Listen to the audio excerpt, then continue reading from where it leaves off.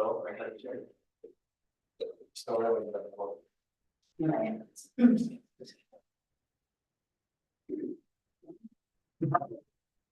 Oh, you gotta do it for John, I need to do it for John. Here, you want this? We were so really good, really good. If everyone wants to turn on their microphone now for me, there's been like an update, so it's kind of taken a hot second to connect. So, Stephen, on your microphone, press this big bar, and then it'll turn it on. And then your microphone will turn green. See how Drew's is red? Yep. It'll turn green in a second. It should at least. Is that kind of like the? There. Well, you know what happened? They called for my mom's surgery.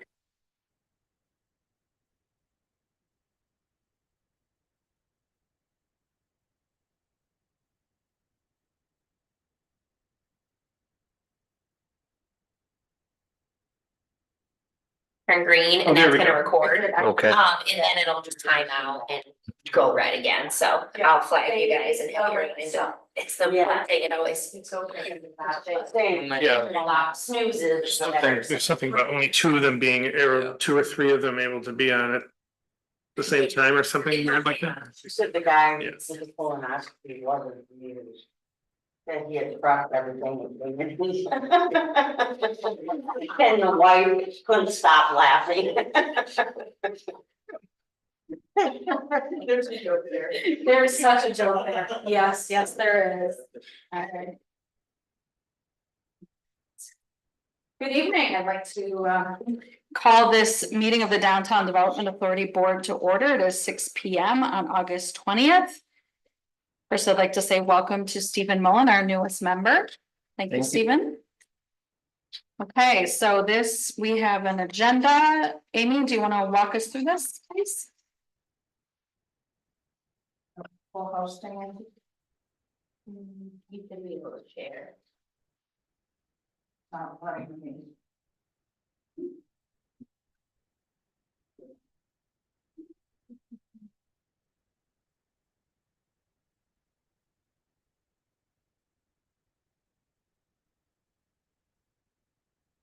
You try now. All right.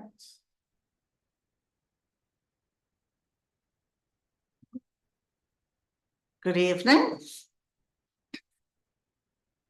Again, this is the biannual information meeting of the Downtown Development Authority.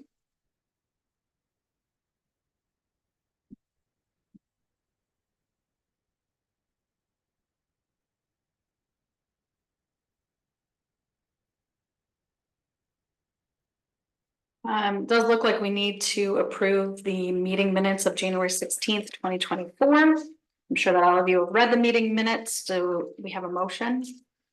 I make a motion to approve the meeting minutes. Second. Great, we have a motion and support. All those in favor signify by saying aye. Aye. Any opposed? Minutes are approved. Thank you. Amy, will you give us the biannual synopsis, please? Sure. Again, the DDA is a 9-member body appointed by the mayor and approved by city council. And this is the current membership, and as Chairman Shorter welcome Stephen as our newest member, and this is his first meeting. Thank you. Just a little background on the DDA TIF district. The DDA itself as a body was created in 1997, and there was a boundary at that point, which was then amended in 2013. This map in red outlines what the DDA boundary is. What was amended in 2013 were the two areas to incorporate the downtown Greenway corridor to the north and the south, and then it also stretched it to the west side of the highway and took in Monument Park, and then just kind of the gateway of downtown. A tax increment finance district was created in 2004. And that was anticipated to capture the revenue on the anticipated Petoskey Point development. That is shown as area 1. So the tax increment financing plan had a capture area, which was the development. And then it also laid out what the revenues captured on that site could be used for. It could be used for the structured parking on the site itself, which is number 1. And I'm afraid it's a little hard to see, but that is on the west end here is area 1. And then area 2 and 3 are 2 publicly owned parking lots that the plan also contemplated if there was sufficient increment that parking could be built on those lots as well. And again, the plan is strictly speaks to structured parking as the use for the tax increment. The plan itself anticipated capture through 2036, and that is when the TIF district will expire. When the plan was created, the base value of this area number 1 was $1.15 million. It then decreased as the buildings were demolished and the site was cleared. There was a recession. So the site value went down to $804,000 and has only recently increased value because there's no development on it. It's just inflationary or appraisal increase is now 1.28 million. So it's again that increase on the base value, which is what's captured in the tax increment district. So the total capture since the beginning of the plan is $13,578.77, and that comes from the city. The city capture, which includes the library operating and general fund, Emmett County, North Central Michigan College, and Greenwood Cemetery tax levies.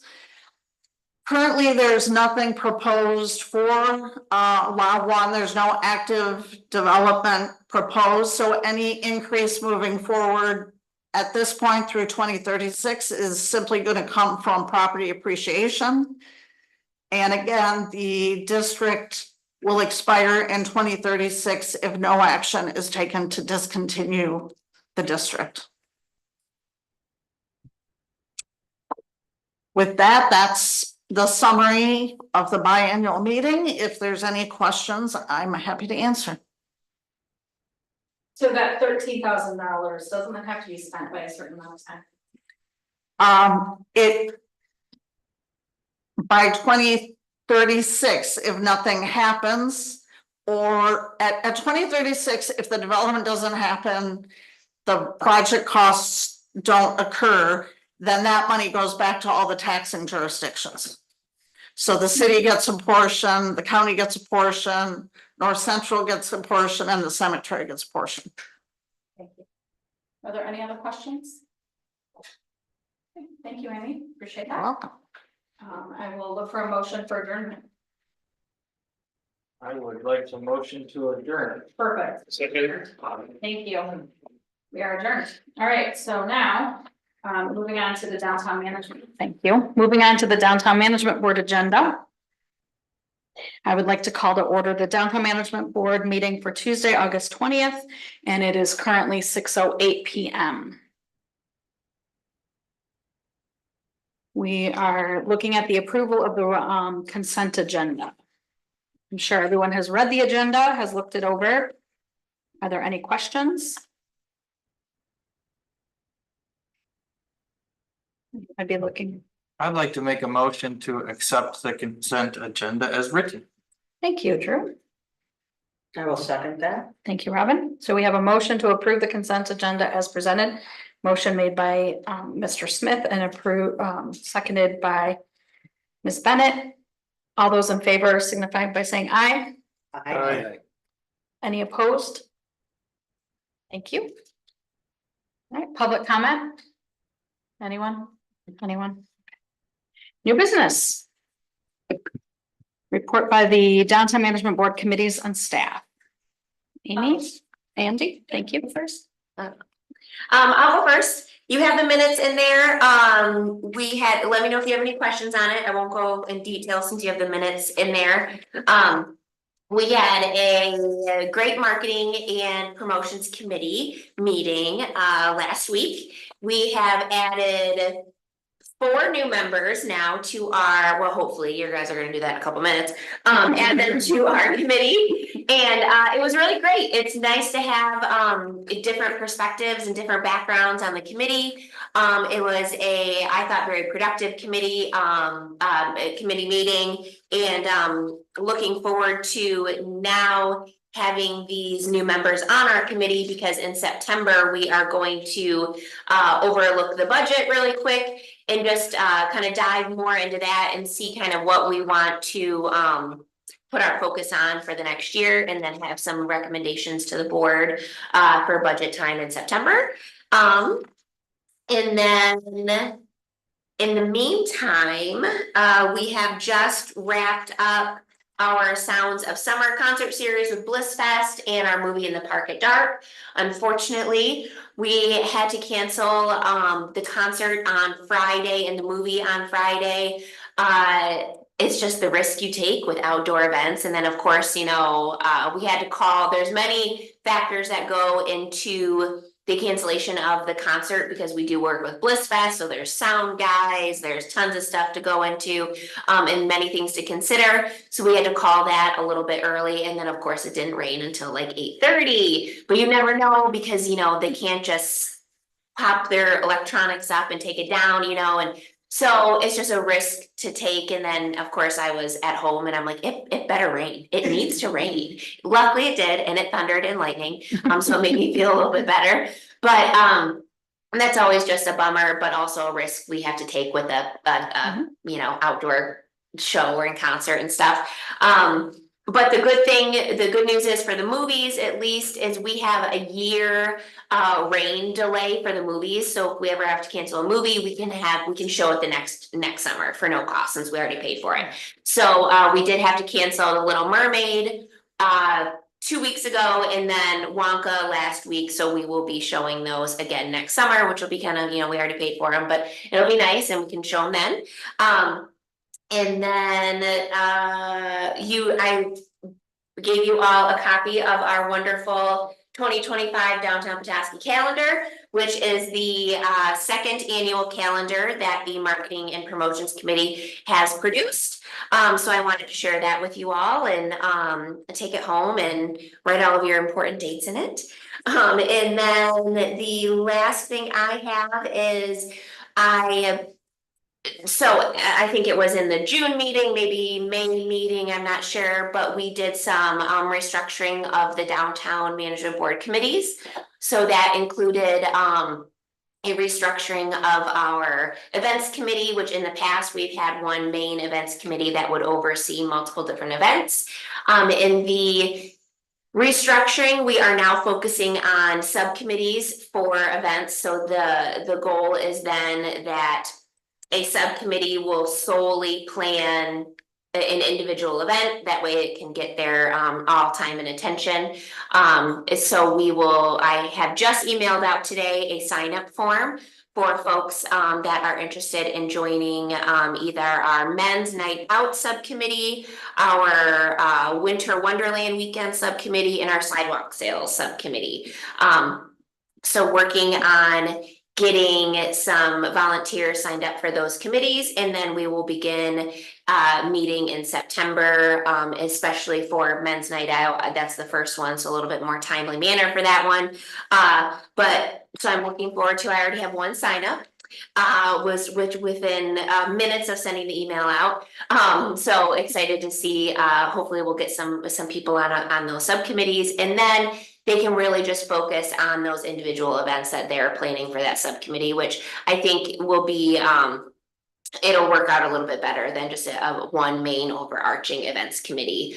And I think that's about it. So now we are entering fall. So that means we have our trick or treat coming up, our ladies opening night, our holiday parade. I just had a holiday parade meeting with Sunrise Rotary today. And we both, it was, I love working with them. They're really excited for the date change and the time change this year. We have some really good ideas. And we're hoping on making that a really, really fun Saturday morning and afternoon downtown in December, and we're excited to kind of see some of those barriers that we typically came up against with the event right after Thanksgiving. So hopefully a lot of those barriers will kind of not be there anymore if we change the date and time. And a lot more people will be in town, not on holiday, out of town visiting and doing Thanksgiving. And then we have our men's night out, which will be Friday, December 20th. So we have those 4 events coming up, and then getting the subcommittees meeting and planning, and then of course winter weekend will be our next biggest one in February. So I think that's it for me, if anyone has any questions. Thank you, Andy. One thing to add about the holiday parade is we have a sponsor this year, which is Craig Bryan Fine Clothing, which that will add to it as well. Wonderful.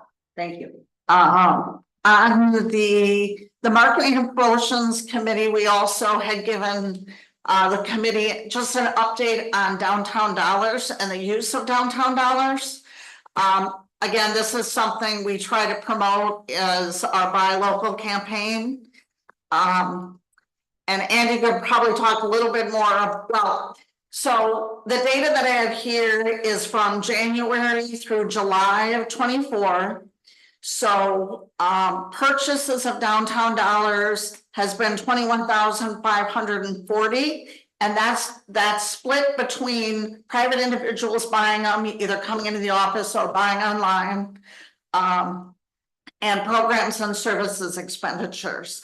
And Andy, could you talk a little bit about how we use downtown dollars, like for events and things like that? Yeah, I mean, we use downtown dollars for donations and also for during events. So like ladies opening night, our grand prizes are a collection of donations, and then also downtown dollars. So like the first or the grand prize for ladies opening night is like $500 in downtown dollars.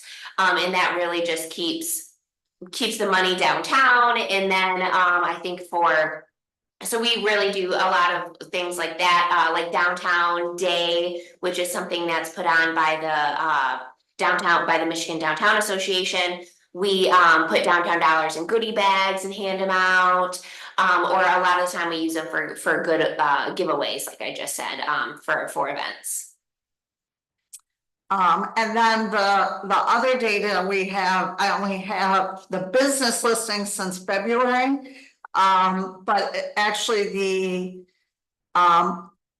dollars redeemed, that is from January through July, almost $31,000 in downtown dollars have been redeemed.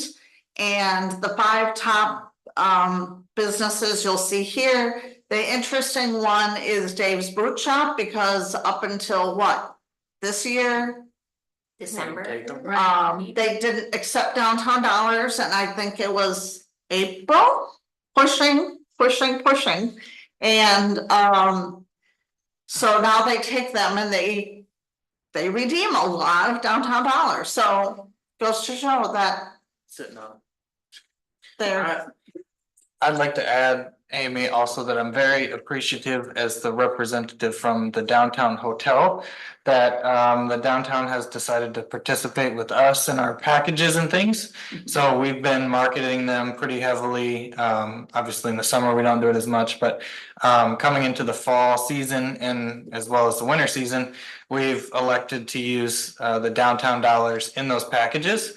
So it's in an effort to kind of streamline things. So there's just one voucher out in the world. We don't have our own weird looking vouchers. And then, yep.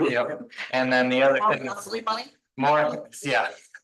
And we're very, very thankful that the downtown has kind of collaborated with us on that and kind of jumped in with both feet. And so it's I think our guests are really enjoying them and that it brings them back to town because ours expired and things like that. So just thanks again for participating in that program. And I know it probably creates a lot of work for the parking office, but we are very, very grateful for that. I hear in December I'm going to be in the parking office a lot, assisting with downtown dollars. Which is fun. I'll try to give more notice. Let's see. Also wanted to, just from the staff level, update the board on the city's capital improvement plan that they update. They update it every year, their 6-year plan. So the parking fund is one of the funds that's included in that plan for 2025. 2 of these projects have been moved from last year, obviously, into next year. The lot reconstruction, the cost of that has increased significantly, but then all the projects have increased significantly for cost. But for next year, we have the Seville lot reconstruction, pay stations for the Petrie and Darling lots, the contribution to the Park Avenue project that was approved last year, and then just painting and exterior repairs to the trolley. But that's a big, so 445,196 is what we have budgeted in next year's capital plan. Moving forward, we are looking at additional lot reconstruction and improvements. You'll see I have the Darling lot in there and I have a big ticket number and I think it's 2027 of $900,000 for that. That is really pending city council deciding whether we're moving forward with a structure or not.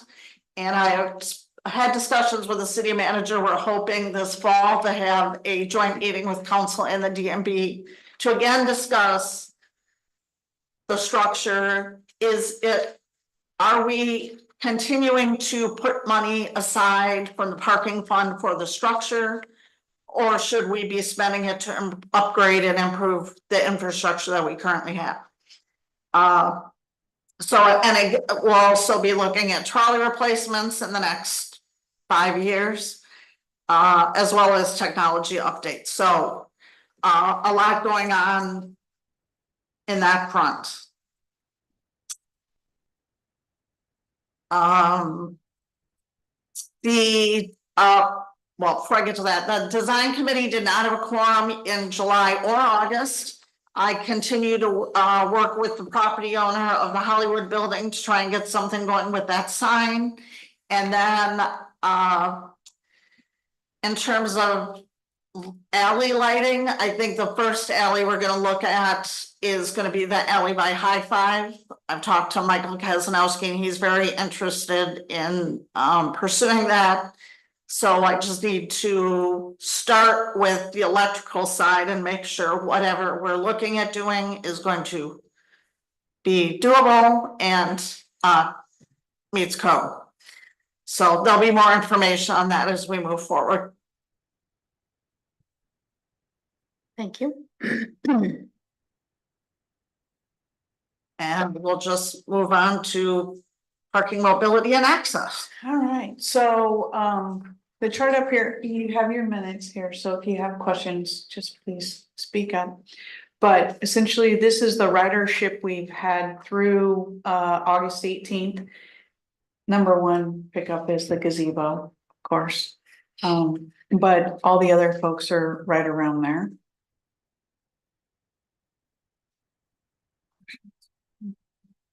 Oh, the highest day was 183. And that was on the Saturday of sidewalk sales, which was fantastic. And do you think that was moving people who were shopping or people who were tired of shopping? It was bringing people into town that lots of families. So the first stop was Bayview. And then it was 100% full. So Dean brought them in, dropped them off at the Perry, because we have a different route, dropped them off the Perry and then went right back out to Kilwins. So it was a lot of families that came down. They did track the number of bags, and off the top of my head, I think it was like 25 bags we're going through, so. Not a ton, but there, you know, there were people that were downtown. And that one was, you just had to stop at the Perry, right, for that Correct. day, for Saturday, because the streets were closed? Friday and Saturday. Okay, so not the gazebo for that. Right, so anytime the gazebo is closed or we have a rerouting, we'll change it and it'll be a 1 hour route. That Andy posted online and we put it at the stops at different times, so. I think that was a plus, cause that way it was easy for everyone to navigate. That poster was really helpful too. Good job, Andy, thank you. Thank you for that. All right, Was there any other parking you want to talk about before we get to the recommendations action item or not? Let's get to the exciting things. all right. Take it away, April. All right, so. The committee, when we met last week, there were a couple of different things that we've heard. A lot of comments from the public, and with Amy and I being new, we've discussed a lot of different changes that we're hearing and we'd like to bring forward. One of them is changing the late fee structure to instead of $90 to only have an additional $20 for late fees. So it would be from add $10 at 5 days if it hasn't been paid, and then another 5 at 15 or $10 added at 15 days. So if it's a regular expired meter, it'd be $10 at the beginning. If you don't pay at 5 days, then it would be $20. And then if you don't pay at 15, it would be 30, and that would be the cap instead of 100. Okay. Any questions? Just raise your hand. Yeah, yes, sir. Is there a way to have somebody pay their tickets with the mobile app? So if they realize they get a ticket, if they could go right on it and pay it right on their phone, that might make things a lot easier for people. There is it's called pay my notice that you can pay online. But if you do that, there's an additional $2 service fee that they charge.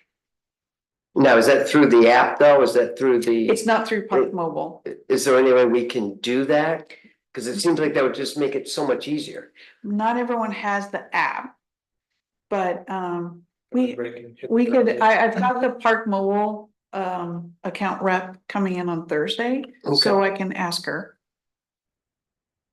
Well, and if not, maybe put that on, is that on the ticket? That how to pay it that way? Oh, yeah. Yes. Okay.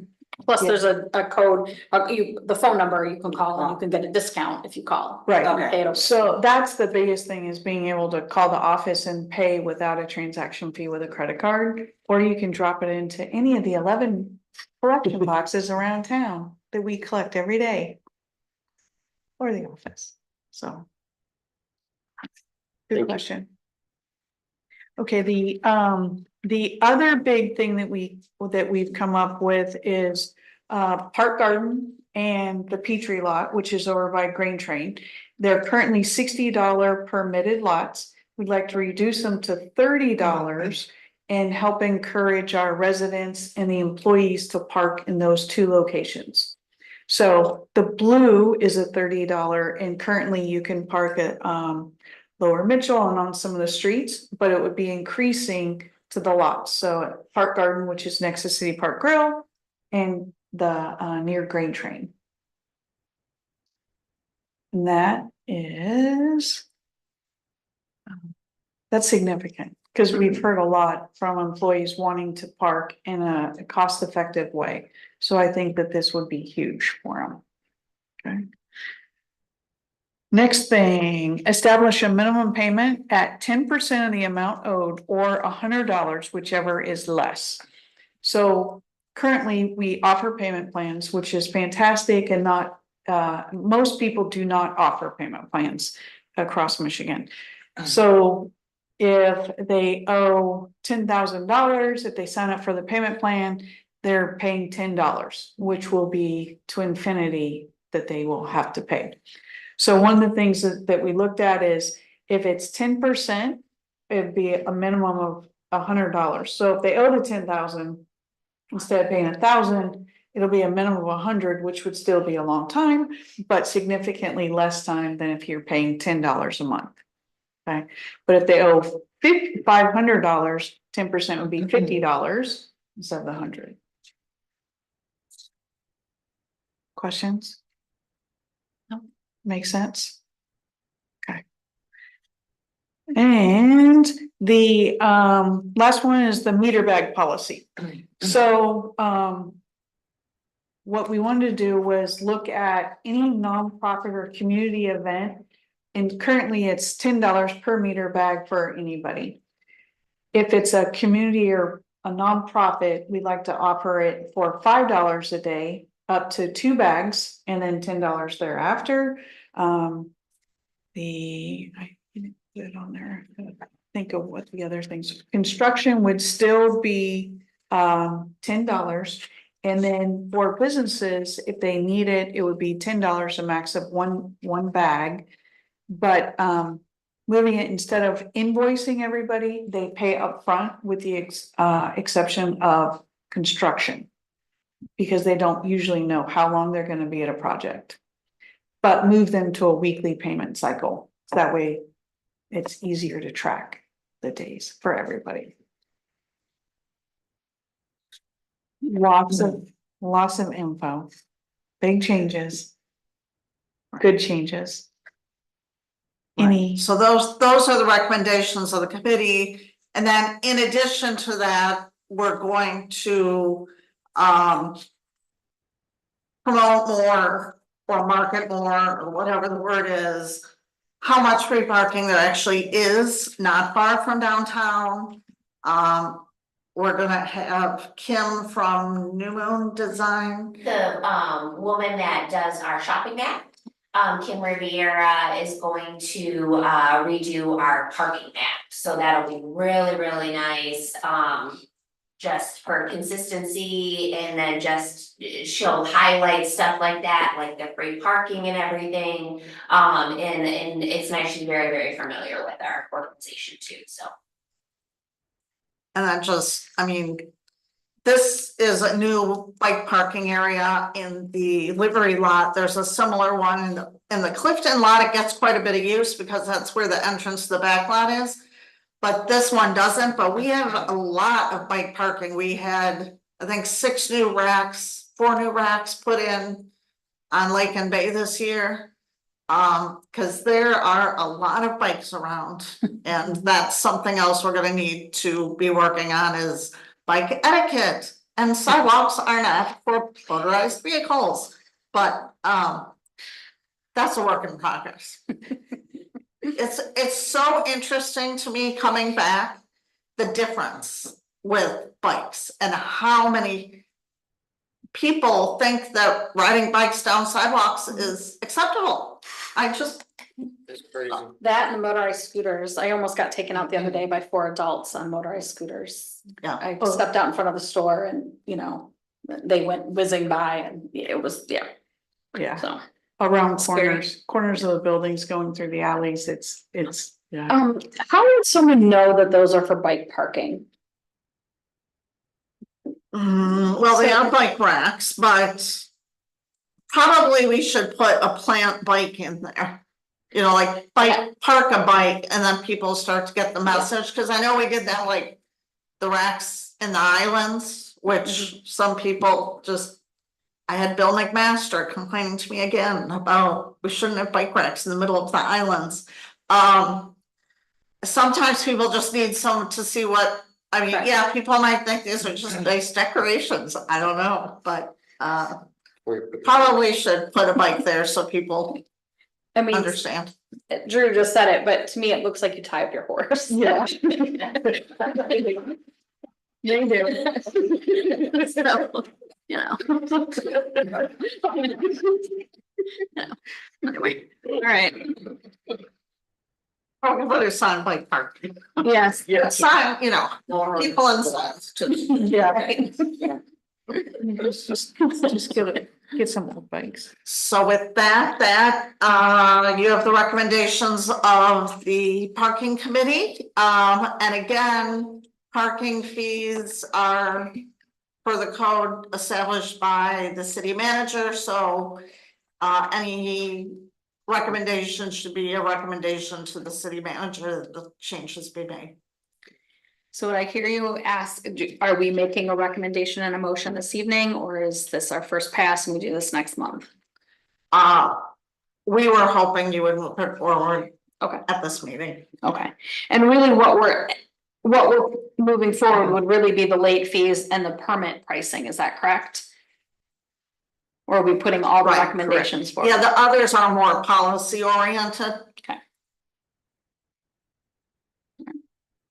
So does everybody understand that what we're talking about? I mean, we can talk about each one of these individually. We can talk about just the late fees and the permits. And asking that these go to the city manager to be approved to move forward with. They are the recommendations of the parking committee. We did spend a lot of time on this issue for the last couple of months, but that be willing to discuss anything, answer questions, and go forward with what you're comfortable with.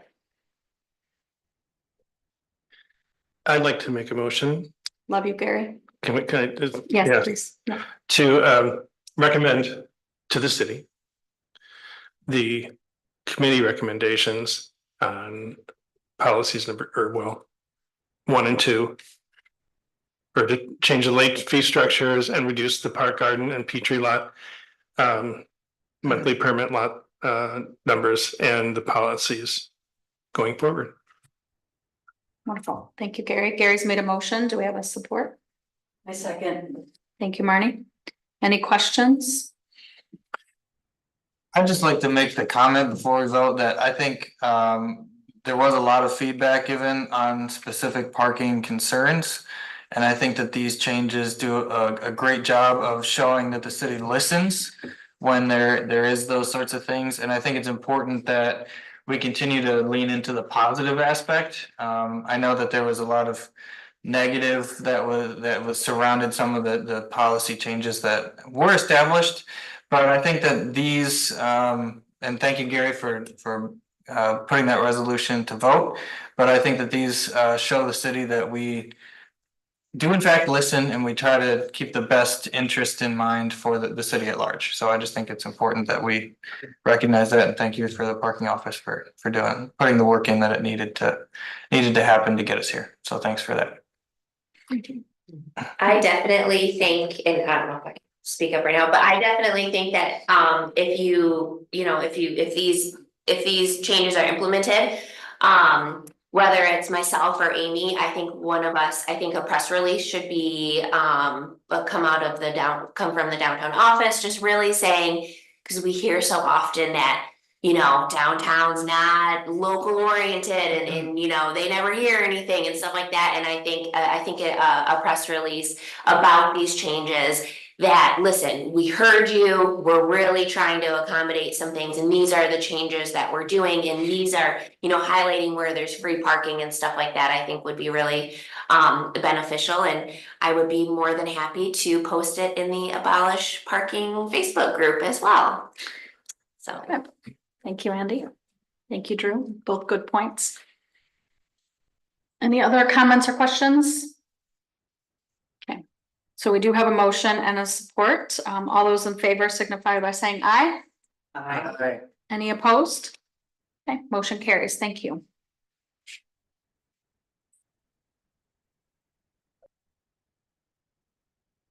Report by city staff. I don't see any city staff present, but one update that I would give is the Arts Commission is meeting tomorrow. I think this will be their second meeting. And they have received proposal, I think it was 45 proposals for the mural in the tunnel. So they'll be starting the process of going through those proposals. If the board recalls, the downtown did put $10,000 in the budget towards public art. Again, that would be public art in downtown, and as you saw on our map, the tunnel actually is within our boundary, so that would be an eligible expenditure for that money. So Amy, to clarify, we have $10,000 set aside and promised, but we haven't earmarked it for any one particular piece of art, correct? Correct, Okay. correct. So my assumption would be that would be coming back to us for an ask. Request for Yeah. money, Okay, correct. if that's what they decide to do. Okay, thank you. Okay, appointment of committee members. That's our last page of this document, right? So two committees with members before you. The first is marketing and promotions. And as Andy explained, these are 4 new members. Under the new structure, there are a minimum of 3 DMB members on the marketing and promotions committee. With Stephen as a DMB member, we'll actually have 4 DMB members on the marketing and promotions committee. And then also being before you for appointment is Jill Harrell from the Perry Hotel, Andrea Coronado from Tip of the Mid Watershed Council, and Sarah Snyder from Poetess Strength.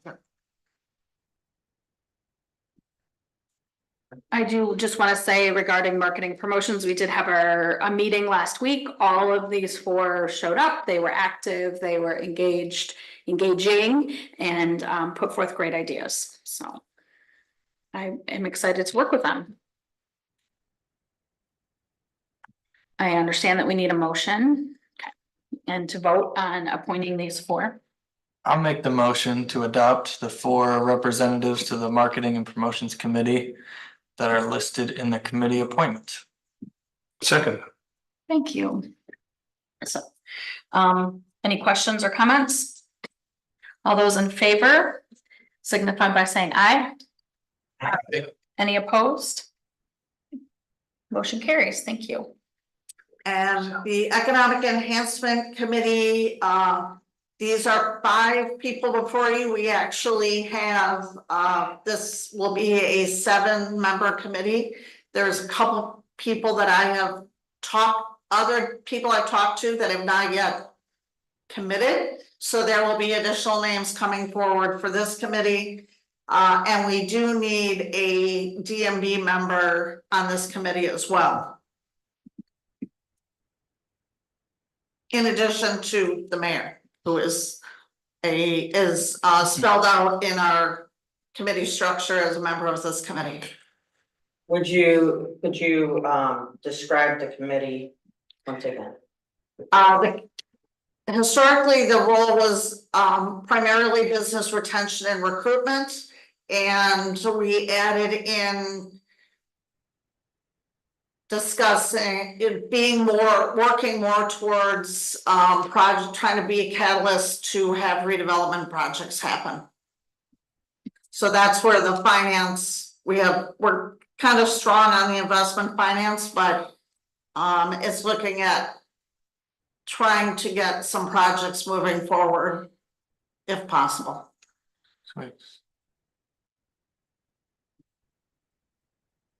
Yeah, I can join that committee.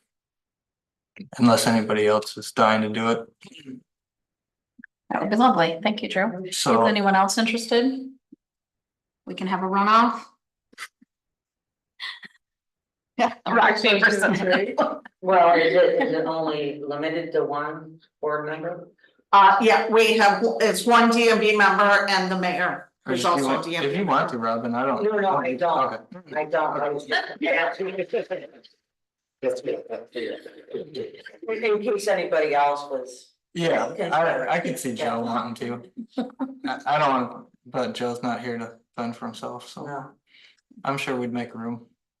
So I won't make a motion because then I'll be abstaining. Unless you wanna make a motion to appoint the DMB member first, or no, I guess you can just say. Drew as the DMB member of the committee, okay? I would like to make a motion to have Drew Smith join the Economic Enhancement Committee. As well as these others. Oh, and as well as John Murphy, Mayor, Doug Buck, Nikki Devitt from the Chamber, and Dave Farley. Do we have a motion? Do we have any support? Second. Perfect. Thank you. All right, we have a motion, we have support. Any questions or comments? So I'll abstain from this vote. Thank you, we appreciate that. Chairperson, thank you. Thank you. Any questions or comments besides the fact that Mr. Smith is abstaining from the vote? Okay, all those in favor of appointing John, Doug, Nikki, David, and Drew to the Economic Enhancement Committee for the Downtown Management Board signify by saying aye. Aye. Any opposed? Signify with same sign. Okay, motion carries. Thank you. All right, old business. Any old business? I have no business. Stephen, do you have any questions or anything you'd like to bring up? Not so far. I Okay. kinda like to just listen and take it all in at first. We appreciate that. Yeah, feel free to ask questions, feel free to, get clarification if you need it, or, Thank you. and we encourage, new ideas, so thank you. Anything else? Anything from the public there, Andy? Nope. Okay, all right. I would, entertain a motion to adjourn then, please. I'll make that motion, adjourned. Okay.